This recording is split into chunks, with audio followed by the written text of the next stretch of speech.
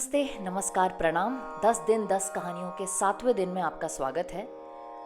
अब तक ऋषि मेधा ने सूरत और समाधि को चंड मुंड के वध तक की कहानी सुना दी थी और इस कहानी के पश्चात उन्होंने आगे बताना शुरू किया कि कैसे चंड मुंड के वध की बात सुन करके शुंभ का गुस्सा 7वें आसमान पर पहुंच गया और शुंभ ने क्रोधित होकर के कहा कि मेरी सारी असुरों की सेनाएं जो कि चारों ओर व्याप्त हैं, फैली हुई हैं, वे सब अपने अस्त्र शस्त्र लेकर के इस स्त्री को जो कि मेरे पास आने से मना कर रही है और मेरे सारे सेनापतियों का जिसने वध कर दिया है उसको जा करके मार करके लाया जाए यहाँ पर। और इसी समय माँ अंबिका ने अपने धनुष के टंकोर से, यानी कि धनुष का जो धागा होता है, उसको ऐसा खींचा कि पृथ्वी और आकाश के बीच में एक जोर का गुंजायमान हो गया और इसी गुंजायमान के साथ घंटियां बजने लगी। अंबिका के वाहन सिंह ने जोर से दहाड़ा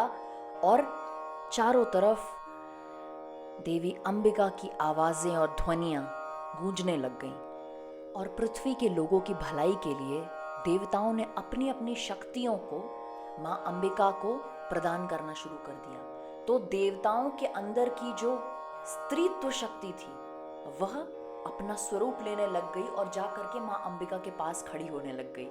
तो हर देव की जो शक्ति थी, यानी कि ब्रह्म की शक्ति ब्रह्माणी, हाथ में कमल लेकर के हंस की सवारी करते हुए जाकर के मां अंबिका के पास खड़ी हो गई। महादेव की शक्ति महेश्वरी हाथ में त्रिशूल लेकर के गले में सर्प की माला डाले हुए वृषभ पर सवारी करते हुए मां अंबिका के पास पहुंची। उसी तरह से इंद्र की शक्ति ऐन्द्री ऐरावत पर हाथ में वज्र लिए हुए और कार्तिकेय की शक्ति कौमारी मयूर की सवारी करते हुए, वराह की शक्ति वाराही और नरसिंह भगवान की शक्ति नारसिंह, ये सारे देवताओं के देवी स्वरूप, शक्ति स्वरूप जा करके मां अंबिका के पास खड़े हो गए। महादेव ने अंबिका से कहा कि देवी, अब वो समय आ गया है कि आप इन सारी शक्ति रूपों को लेकर के उस शुंभ निशुंभ की सेनाओं का और उनका वध करें ताकि धरती का उद्धार हो।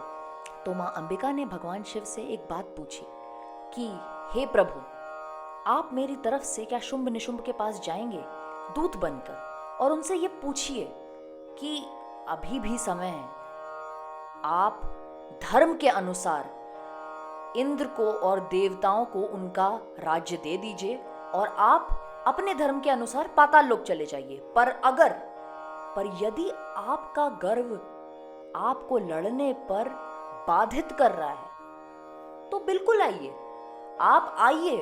वैसे भी आपका मांस खा करके मेरी योगिनियां शांत हो जाएंगी, प्रसन्न हो जाएंगी। तो अगर आपका गर्व आपको हार मानने नहीं दे रहा है तो अब युद्ध होगा। ऐसा कहने के बाद में शिव असुरों के पास में चले गए देवी का ये संदेश देने के लिए। और क्योंकि शिव देवी के दूत बने इस समय में, तो देवी को शिवदूती भी कहा जाता है। शिव वापस आए और उन्होंने देवी को ये संदेश दिया कि असुर अपनी सेनाओं के साथ सुसज्जित होकर के आपसे लड़ने के लिए आ रहे हैं। बाणों की, चक्रों की, त्रिशूलों की वर्षा होनी शुरू हो गई, रुधिर की नदियां बहनी शुरू हो गई। हर एक शक्ति रूप, हर एक देवता का देवी रूप सारे असुरों को चुन चुन करके मारने लग गए। वाराही, जो कि वराह का शक्ति रूप थी, वो अपने थूथनों से और अपने दांतों के आगे के हिस्से से असुरों की छाती चीरने लग गई। नरसिंह ने अपने नाखूनों से, अपने नखों से उनको चीरना, उनको खाना शुरू कर दिया। ऐन्द्री ने अपने वज्र से उन लोगों को बेहोश करना शुरू कर दिया और महेश्वरी ने त्रिशूल से, वैष्णवी ने चक्र से और ब्राह्मणी ने अपने कमंडल से पानी छिड़क करके जितने भी असुर थे उनके वीर्य को, उनके शक्ति को एकदम निर्बल करना आरंभ कर दिया। जो सारी असुरों की सेना या फिर तो मर गई थी या फिर तो देवियों के हुंकार से पृथ्वी पर बेहोश हो गई थी। तो शुंभ ने ये देखा कि कैसे उसकी सेना का संहार हो रहा है और उसने अपने सेनापति रक्तबीज को भेजा। रक्तबीज ऐसा अनोखा असुर था कि जैसे ही उसके शरीर से रक्त नीचे गिरता था, उन रक्त बिंदुओं से यानी कि उन रक्त की बूंदों से उतने ही और रक्त बीज उत्पन्न हो जाते थे। यानी कि रक्त बीज को कोई कितना भी मारना चाहे, जैसे ही उसकी खून की बूंद नीचे गिरेगी और रक्त बीज उत्पन्न हो जाएंगे। तो माँ अंबिका ने उसको त्रिशूल से मारा, उसको बाणों से मारा, ऐन्द्री ने उसको वज्र से मारा, वैष्णवी ने चक्र से मारा, पर उसका खून जैसे ही जमीन पर गिरता उसके जैसे बहुत सारे रक्त बीज उत्पन्न हो जाते और चाह कर भी सारी देवी शक्तियां मिल करके उतने असुर रक्त बीजों को उत्पन्न होने से रोक नहीं पा रही थी।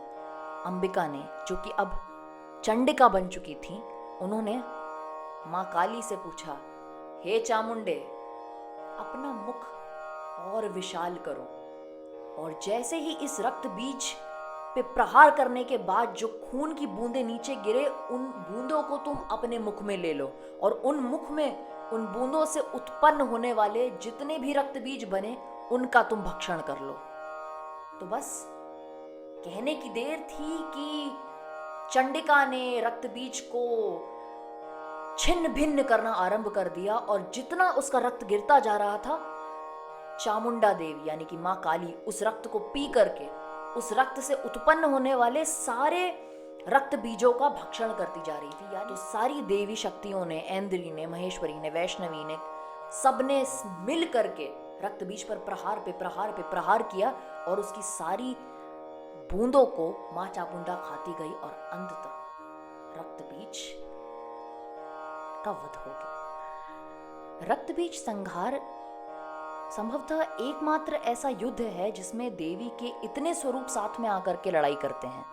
और शाक्त दर्शन ये कहता है कि देवी ही संसार की रचनाकार है, कर्ता धर्ता है और विधात्री है, सिद्धिदात्री है।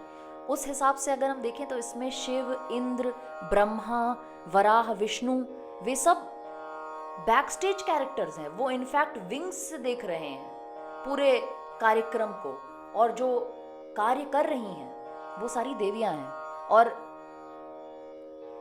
इससे ज्यादा क्या ये बात सिद्ध हो सकती है कि इसमें शिव ने बोला कि देवी आप थोड़ा हमें मुक्त करें इन दैत्यों से, और वे खुद दूत बन के गए।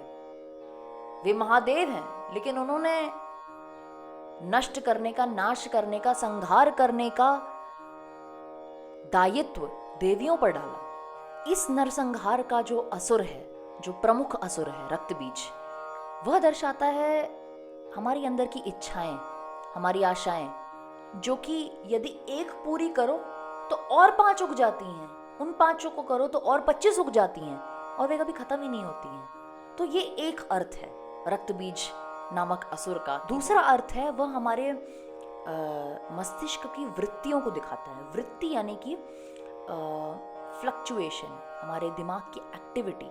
पतंजलि योग में हमारे मस्तिष्क की 5 वृत्तियों का नाम बताया गया है, जिनको कहते हैं कि विपर्याय, प्रमाण, विकल्प, निद्रा और स्मृति। और जब भी एक वृत्ति आती है, यानी कि एक फ्लक्चुएशन या एक वेव आती है, तो उसके साथ 5 और आ जाती हैं। पतंजलि योग में पतंजलि ने यह कहा है कि अगर आपको बुरे ख्यालों को हटाना है तो आपको अच्छे ख्याल सोचना चाहिए। पर जो भी अच्छे ख्यालों को सोचने वाला इंसान है, जिसने भी आज तक के अच्छे ख्याल सोचने की सोची है, उसको पता है कि जब आप किसी एक चीज़ पर फोकस करने की बहुत कोशिश करते हो, हमेशा उसका उल्टा आपको दिखता है। अगर मैं बोलूं कि हाथी के बारे में मत सोचिए, हाथी के बारे में मत सोचिए, तो आप हाथी के बारे में ही सोचेंगे। तो ये जो युद्ध है माँ चंडिका और रक्त बीज के बीच में, ये यही दर्शाता है कि वो जितनी बार उसको प्रहार करती हैं, उस प्रहार से वो मरने के बजाय और बढ़ता चला जाता है। तो ये कितनी विरोधाभासी बात है। और इस विरोधाभास को इस कहानी में कैप्चर किया गया है कि आप किसी चीज के पीछे भागते हो तो कभी कभार वो आपसे भागने लग जाता है। तो इस विरोधाभास को हटाने के लिए क्या करना चाहिए? अपनी वृत्ति, जो कि और वृत्तियों को जन्म देती है, उसके लिए माँ चामुंडा को दिखाया गया, जो कि यम, नियम, संयम, एक अग्रेशन दर्शाती हैं। जब आप अपने दिमाग के फ्लक्चुएशंस को कंट्रोल नहीं कर पाते हैं तो आप क्या रास्ता अपनाते हैं?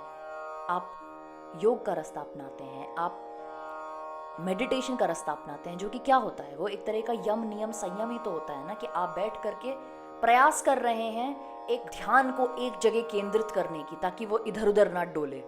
तो उस यम को, उस नियम को लाने के लिए, जो कि आपके दिमाग को भागने से रोकता है, वह माँ चामुंडा को दर्शाता है इस कहानी में।